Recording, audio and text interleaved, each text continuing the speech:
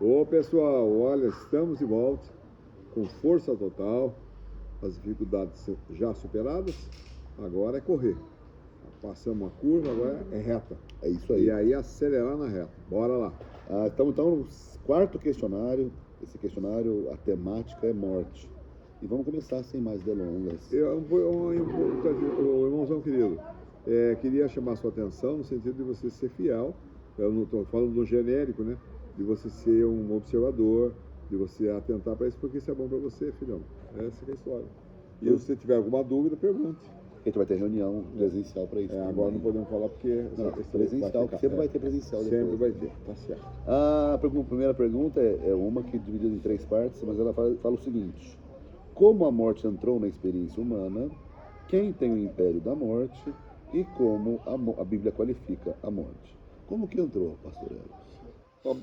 A morte, ela entrou, só trazendo a memória de que a morte não é um projeto de Deus. Nunca foi. Não imaginar que muita gente põe a culpa em Deus daquilo que ele não fez. Alguém morre e fala, como que Deus não viu isso? Deus não põe na conta de Deus a conta que ele não fez. Ponto. A morte não é projeto dele. A morte entrou por pecado. E o pecado expressa em desobediência. Ela é uma coisa importante para falar, de que a ideia femoral do pecado é desobedecer. E foi exatamente o que Adão fez. E aí entrou o pecado no mundo. E junto com o pecado, a morte. É que Deus falou, não coma da árvore do conhecimento do bem e do mal, que o dia que você comer, certamente morrerá. Deus avisou. Ele avisou, você vê que ele é inflexível, não volta atrás, fez, responde. Sua conta e risco. O problema é seu, você que sabe. Está aí, não vá para esse caminho. Não, mas eu vou. Então, colha do fruto disso. E a morte. Terrível. Gabriel vai falar, quem tem o império da morte, pastor? Na verdade, é o diabo, viu? Em Colossenses, capítulo 1, versículo 13, ele diz assim, de que o Senhor nos transportou, olha isso, do império das trevas, império de trevas, e nos transportou para o reino do Filho do seu amor. Eu faço sempre a imagem de uma grua, sabe o que é grua? Uma grua, você aquelas torres que existem em construção. Ele foi lá no império, nos puxou, transportou para o reino do seu filho e nos soltou lá. Então não é obra de Deus, graças império. A Bíblia vai, inclusive, ratificando em Hebreus 2,14, que é o texto sugerido, fala que o diabo é que tem o império da morte mesmo. É terrível. E a pergunta final nesse primeiro dia é como a Bíblia qualifica a morte. A Bíblia qualifica a morte como inimiga, o último inimigo a ser vencido é a morte. E a pessoa fala, mas como é que o pastor Eros fala tanto de morte se a morte é inimiga? Você quer tanto morrer, mas a morte é inimiga. Explica melhor para ele, por favor. Eu sou uma pessoa que fala realmente muito de morte. Mas na verdade, o significado é sucesso sobre a morte.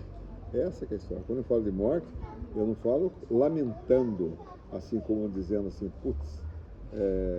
tendo prazer. Não é essa a ideia. A ideia é que hoje, pelo sacrifício, coisa fantástica, pelo sacrifício de Jesus, voluntário, mas que satisfez a vontade de Deus, ele resolveu essa questão do pecado, da nossa dificuldade, do nosso desastre, cara. Para nós que cremos, a morte física, triunfar sobre a morte, porque a gente não morre nunca. Vai chegar lá. Perguntando no segundo dia, além da morte física, o pecado trouxe a morte espiritual. Quem recebeu a consequência do pecado de Adão? E a pergunta segunda é como o ser humano se encontra antes de ser vivificado por Cristo. Quem que sofreu a consequência de Adão? Ficou nele só? Não, uma coisa que também é muito importante dizer, de que todos nós estávamos em Adão. Então não se trata de você dizer Adão é o culpado e eu não tenho nada com isso, foi ele que desobedeceu e eu não entro nessa história. Eu não participo dessa festa. Mentira. Todos nós estávamos nele. Ponto final. Então quando ele desobedeceu, essa desgraça é sobre todos nós. Misericórdia. Todo ser humano, um pecou e veio sobre a raça humana toda. Então todos estão sob o domínio da morte. Nós estávamos nele. Essa é a história. Em Adão. A pessoa está simplesmente humana. Ela está humanamente, todos os olhos, não é, sem exceção, todo mundo. Todos nós estávamos em Adão. E como se encontra o ser humano antes de ser vivificado por Cristo? está morto em delitos do pecado. É isso. Se você é uma característica, se a característica do velho homem, de Adão, é desobediência, e o que é desobediência? Desobediência é o seguinte: eu tenho uma determinação, uma definição, e eu, em vez de cumpri-la, eu faço exatamente o contrário. E aí é a punição do pecado, aí é a morte, entrega à morte, separação de Deus. Vamos falar mais adiante sobre isso, não? É separação de Deus e tudo uma desordem que o homem criou, que o homem, por desobedecer, trouxe essa maldição sobre a sua vida. Pesado. Então, estado de morte, o ser humano sem Deus, estado de morte. Morte espiritual. Pergunta no terceiro dia, segundo a Bíblia, existe algo que escraviza as pessoas. O que é? E continua, a experiência da morte física pode ocorrer várias vezes. Existe contato entre vivos e mortos? Não. Vamos lá. Primeiro é o que escraviza as pessoas? É o pecado. Isso é uma coisa impressionante que todos nós vemos na nossa experiência, e é o texto de Romanos 7, o bem que eu quero fazer, esse eu não faço. E o mal que eu não quero fazer, esse eu faço. Meu Deus, é um homem entregue, ele escraviza, ele não... meu irmãozinho, presta atenção. Você não pense nunca que você consegue sair no atoleiro que você se meteu. Você não sai daí, não. Você pode fazer o que você quiser, campanha que você quiser, propósito que você fizer, que você não sai da situação que você se encontra. Então, é uma escravidão, rapaz. É o pecado da escravidão, mas a tônica aqui é que a Bíblia vai falar em Hebreus que as pessoas estavam escravas sobre o medo da morte, sobre a vida toda. Sim. Então, as pessoas em geral têm medo de morrer. Livrou morrer. todos aqueles que com medo da morte estavam sujeitos à escravidão por toda a vida. Por toda a vida. Então, as pessoas em geral têm medo da morte, né? Você fala... Cara, a morte é um desastre. A morte física, cara, é um desastre. Ninguém vai aceitar a questão da morte como uma questão de menos importância. Você fala, na minha morte, minha morte, está resolvido, estou na glória. Putz, estou escrito lá, rapaz. Estou sendo aguardado lá, rapaz. Eu também, viu? Aleluia. Mas essa que é a história. Uma pessoa longe desse caminho, dessa situação, desgraçadamente separado da vida. Não tem jeito. Não tem poder para dizer não. Olha, não tem, meu irmãozão, pode você falar o que você quiser. Você não tem autoridade e poder para dizer não vou fazer mais, porque você vai fazer. Essa é a desordem. O potencial do pecado, a fábrica do pecado, da desobediência, de desobedecer aquilo que está claro para nós que a gente não deve fazer. Mas existem muitas religiões também, né, que procuram de algum modo amenizar a morte, como que volta várias vezes. Negativo. Porque a morte é algo que escraviza o ser humano mesmo. Isso é bom informar, isso é bom dizer essas coisas, porque a vida é uma só. Isso que a segunda pergunta você pode emendar. A experiência da morte física pode ocorrer várias vezes? Não. Você fala, mas Allan Kardec falou. Meu irmãozinho, fala sério, não brinca com coisa assim que não tem nada a ver. Claro que Allan Kardec não sabe nada. Olha o que eu estou falando. Assim como todos nós que estamos falando coisas que não tem nada a ver com a palavra de Deus. Nada a ver. É o que manda, o que rege, o que determina, define, constituição daquilo que Deus quer, é a palavra de Deus. E lá está escrito em Hebreus 9:27, ao homem é dado o direito de morrer uma só vez, vindo depois disso o juízo. Morreu, acabou. Olha o que eu estou te falando, você não volta mais. Não há, mas encerrou. Eu não sei se foi Dante Alighieri que fez aquela Divina Comédia, que parece que lá na entrada do inferno diz assim, estaria escrito lá, na comédia ele inventou, aqui findam-se todas as suas esperanças. Meu irmão, daqueles que morrem sem Cristo, pensou que morre no inferno, né? Findam-se aqui todas as suas esperanças. Deus do céu, é muito complicado, muito complicado. Mas a pergunta desdobrando essa, a gente sabe que não volta, mas existe contato entre os vivos e os mortos? Não há nenhuma acesso. O texto de Lucas 16, ele fala da história do rico e de Lázaro. Se você ler lá bem, inclusive, para muitos exegetas, estudiosos da palavra de Deus, aquilo não se trata de uma parábola, não. Aquilo é uma história real porque tem nome. Parábola, no sentido, não usa, é genérico. Mas lá tem nome, Abraão, Lázaro e tudo mais. Então, sugere que seja um conto real, Que aconteceu, fato real que aconteceu.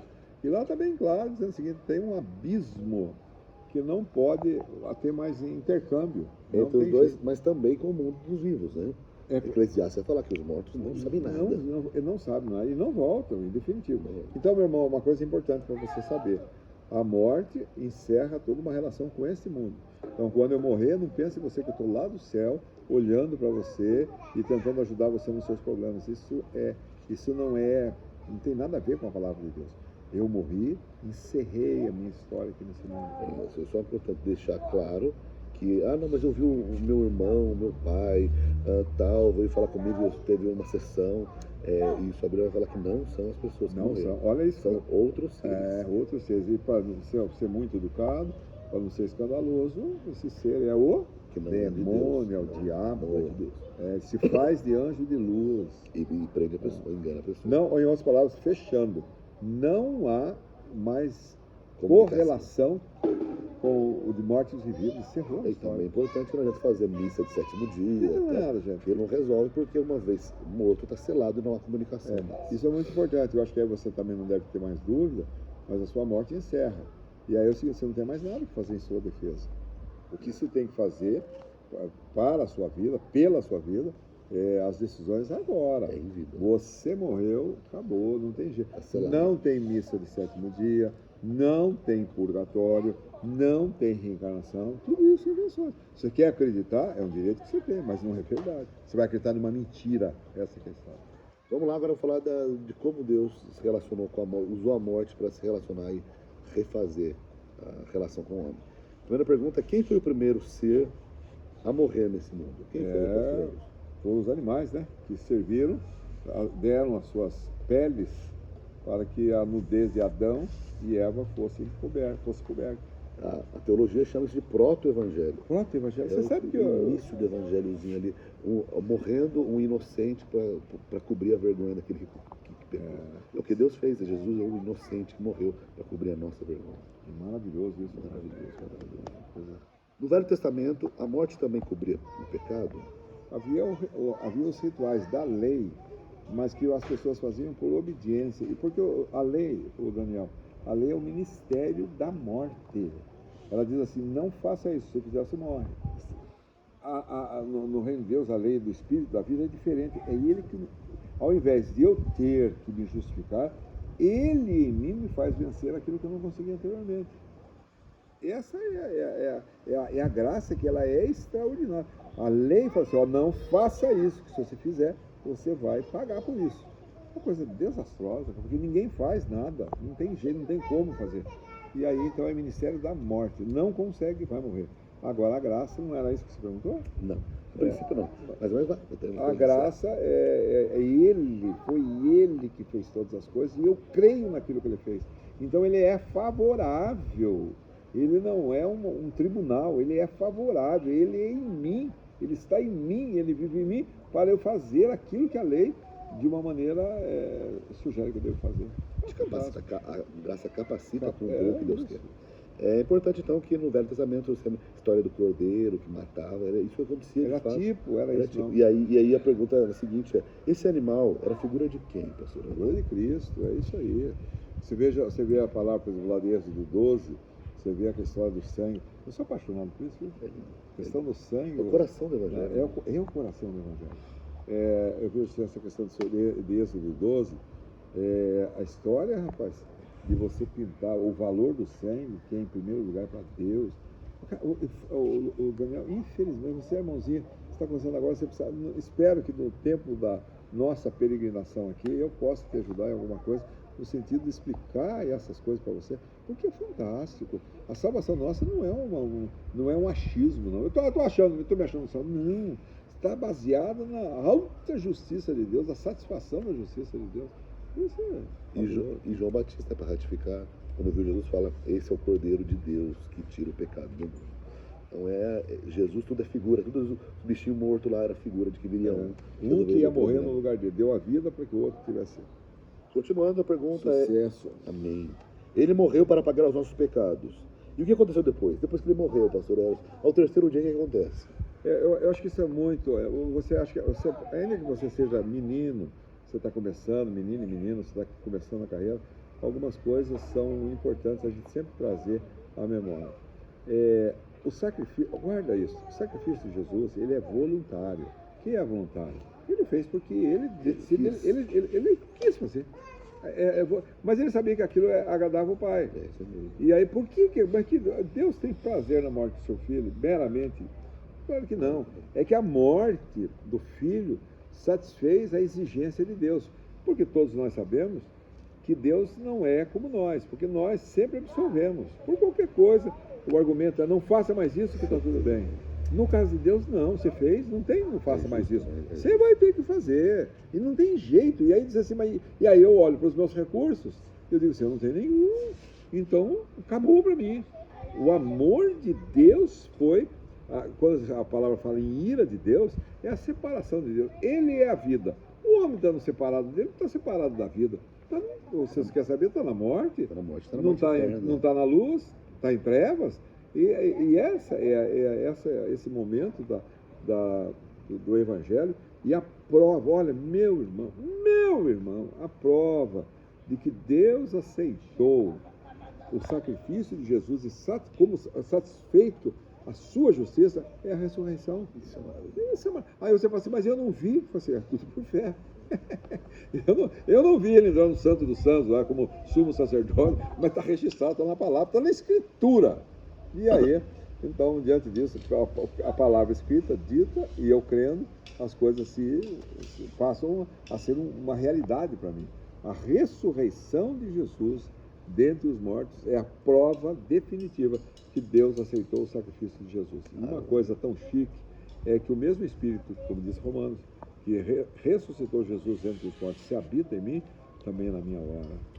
Eita, puxa vida, não tem nada igual, nada igual. Então, o seu sepulcro está vazio, ele vive, ele nos dá poder para ver uma vida nova a partir dessa experiência com ele. Maravilhoso. Eu vou morrer, mas eu não vou dizer é meu último suspiro, eu vou falar sobre isso, e vai chegar na sola do pé dessa profundidade, né? Que chique. A última pergunta nesse dia é: o que acontece com quem crê em Jesus Cristo? Aquele que crê em Jesus fala no sepultamento de Lázaro, que crê, ainda que seja morto, viverá, e quem crê em mim nunca morrerá. Porque a gente não morre. Vocês também, não sei. Isso, também para mim é um assunto mesmo, assim, o assunto predileto. É a minha neta que está chegando aqui, e agora, espera um pouquinho só, filha, só para terminar aqui a última. O que estamos falando? Sobre quem crê nunca morrerá. Não, esse é o fato. É o texto do Salmo 115, ele fala assim: aqueles que descem ao silêncio, mas nós, pelo contrário, não. Nós o louvaremos desde agora e para sempre. Quando ele diz assim, desde agora e para sempre, você veja que não tem interrupção. A morte não interrompe o meu louvor, a minha gratidão, o meu amor. E o amor de Deus nada poderá nos separar do amor de Deus. De um lado, o amor de Deus nada, nem a morte. Não separa o amor de Deus, mas também, pela ação dele na nossa vida, nós louvaremos o Senhor desde agora e para sempre. Amém. É tudo. Queria tanto que você entendesse isso. Queria tanto que fosse uma coisa preciosa para você, porque é a verdade. Amém. Isso muda tudo. Amém. Só lembrando as palavras de Moody nos últimos dias antes de morrer. Eu falo, daqui a pouco você... Quem é Moody? Moody foi um grande pregador, não sei de que século, uns 2 séculos atrás. E ele falou, daqui a pouco vocês vão ler nos jornais que eu morri. Ele estava para morrer. Mas ele fala, mas não acreditem nisso nem por um segundo, pois eu estarei mais vivo do que nunca. Aleluia. Essa experiência. Rapaz, é isso que eu falo. Vou fazer agora em julho 73 anos. Olha, passou rápido. Está chegando a hora, estou vendo, sim, está chegando. Você vai morrer também, não? Olha, fisicamente, biblicamente, como está lá em Romanos 8, a morte, o corpo vai para a sepultura, não tem como se não voltar Mas, cara, você, enquanto pessoa, você não fica na morte, a morte nem tchum para você. Você fechou, deu o último respiro aqui, está na eternidade para sempre. Eu digo assim que a morte, meu último suspiro, é o tambor da fechadura que rolou. Nossa, é bonito. E aí eu tô na eternidade. Cara, eu fico imaginando. Não vai ter um túnel, um quarto escuro. Não, por favor, eu tô lá, ele vai. Puxa vida, você ser recebido não tem nada igual. Vinde bendito do meu Pai. Não tem nada. Vamos para a última pergunta que fala sobre isso. Bom. O que acontecerá na ressurreição dos mortos?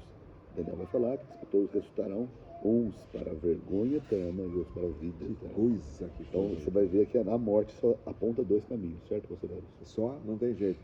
Uma vez feito esse julgamento, a gente sempre associa isso como um juiz e uma mesa. Mas a coisa já está acostumada. E o importante é que aquele que está condenado não admite a ideia de um apelo, um recurso. Não tem jeito, está feito. Definitivamente acabou. Se está no livro da vida, eternamente com o Senhor. Vida, luz, companhia, unidade. Se não está, trevas, é mal e eterna. Cara, a minha mente não consegue conceber como é que é isso. Mas eternamente separado de Deus, tendo consciência e memória. Meu Deus. E o decorrer dessa pergunta vai caminhar nesse sentido. O que acontecerá com quem não estiver escrito no livro da vida? Olha, e aí isso é terrível. É brutal, é brutal. É mais, as pessoas pensam que...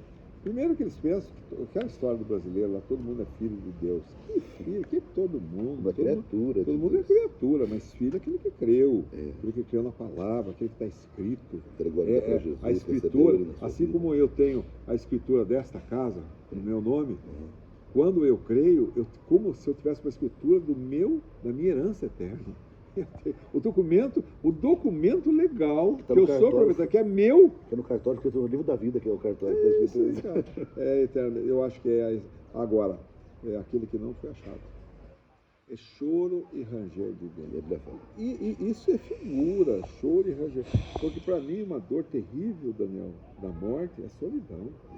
Você, graças a Deus, você não teve ninguém que morreu. Vovó, próximo. Próximo, mas assim, de raiz de irmão, de filho, aí não. Mas o momento mesmo é a saudade, cara. É a solidão, rapaz. Você olhar assim, nunca mais vou ver ele. É muito difícil isso. Mas para nós que cremos, nós não nos despedimos como um adeus, nós dizemos até logo. Então vamos devagar. Então, quem não foi achado, ele vai falar segunda morte, algo terrível, tenebroso. E a última pergunta é, e com aqueles que vencerem, que forem considerados filhos de Deus? Vai ter um prêmio bom, pastor Eros? Eu sou, para mim, desculpe, o seu pode ser menor, mas o meu é o Deus ele exagerado. Ele exagerado. Então eu fico vendo assim, por exemplo, uma coisa que eu gosto demais é perfume. Eu acho que o perfume é um negócio delicioso. Não é delicioso, não? Delicioso. Aí você imaginar que o perfume de Deus, ele suplanta, supera a todo perfume, o mais nobre e precioso de todos os perfumes, e eu vou dar uma aspirada, encher o meu pulmão, não sei como é que vai ser isso, aquele prazer eterno. E eu vou olhar e vou ver vistas que eu nunca vi na minha vida. Eu vejo coisas no mundo, rapaz, que coisas lindas. Cara, incomparável. Eu não vou ficar decepcionado. Aí a música, a visão, o paladar, a audição. A audição, eu tenho umas músicas assim, rapaz, eu tenho umas 10 músicas assim que fazem parte do meu conteúdo. Do repertório. Do meu repertório. Cara, mas eu fico pensando assim, cara, a música celestial. Rapaz, eu não sei se eu vou ter suporte. É uma música de virar nos avessos. Cara, é muito choro de alegria, é muito. Para mim, rapaz, é o meu sonho. Eu gosto de repetir isso sempre, a palavra de Paulo. O desejo de partir, estar com Cristo, é muito maior, é incomparavelmente melhor. Nada se compara. Aí você pode imaginar, eu quero ganhar muito mais, quero ter casa, isso é muito pobre, é uma visão totalmente horizontal, uma visão humana, natural, mas a visão, e lembre-se, essa visão é visão de 70 anos no máximo, mas a visão eterna. é eterno. E além de tudo, não haverá choro, dor, Puxa vida. lágrima de tristeza. Não vai ter. As primeiras rapaz. coisas vão ser passadas. Puxa, Desculpa, querido, a gente está alongando muito o vídeo, mas é um assunto que que mexe, e é a realidade.